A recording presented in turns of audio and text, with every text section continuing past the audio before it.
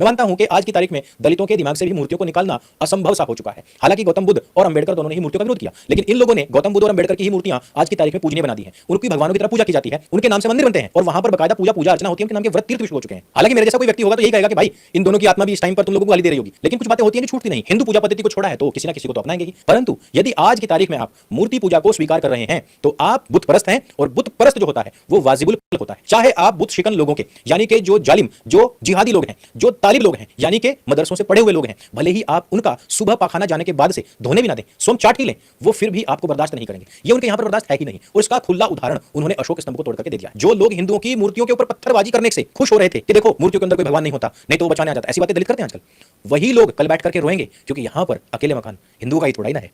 और जिन दलितों को ऐसा लगता है ना कि तुमको वेद, दर्शन, उपनिषद आदि पढ़ने का अधिकार किसी ने नहीं दिया, तो भाई मैं कहता हूं आर्य समाज ने दिया, महर्षि दयानंद सरस्वती जी ने दिया है। गुरुकुलों में जाओ उनके, वहां पर परीक्षाएं दो, पास करो, एडमिशन लो, देखो कौन रोकता है तुम लोगों को। और वहां पर आपको कोई अनर्गल बात नहीं पढ़ाई जाएगी, कोई फालतू की बात नहीं पढ़ाई जाएगी, कोई आपको वेद विरुद्ध, विज्ञान विरुद्ध, प्रकृति विरुद्ध, सृष्टि विरुद्ध बात नहीं बताई जाएगी, कोई वहां आपको हवाई ज्ञान नहीं दिया जाएगा। जो दिया जाएगा ऐसा दिया जाएगा कि आज की तारीख में भी ऐसा रिकॉर्ड हमारे गुरुकुलों का है कि वहां के बच्चों को जॉब्स में लेने के लिए आज भी बड़े बड़े विश्वविद्यालय लाइन लगा कर खड़े रहते हैं। मेरी बात को हल्के मत लेना, और जिनके बच्चे पढ़ रहे हैं वो इस बात को जानते भी हैं। तो समाज को यदि एकजुट बनाना है, इस भारतवर्ष को टूटने से यदि बचाना है, तो हमें ऋषियों महर्षियों के दिए हुए प्रवचन का अक्षरशः पालन करने की आवश्यकता है।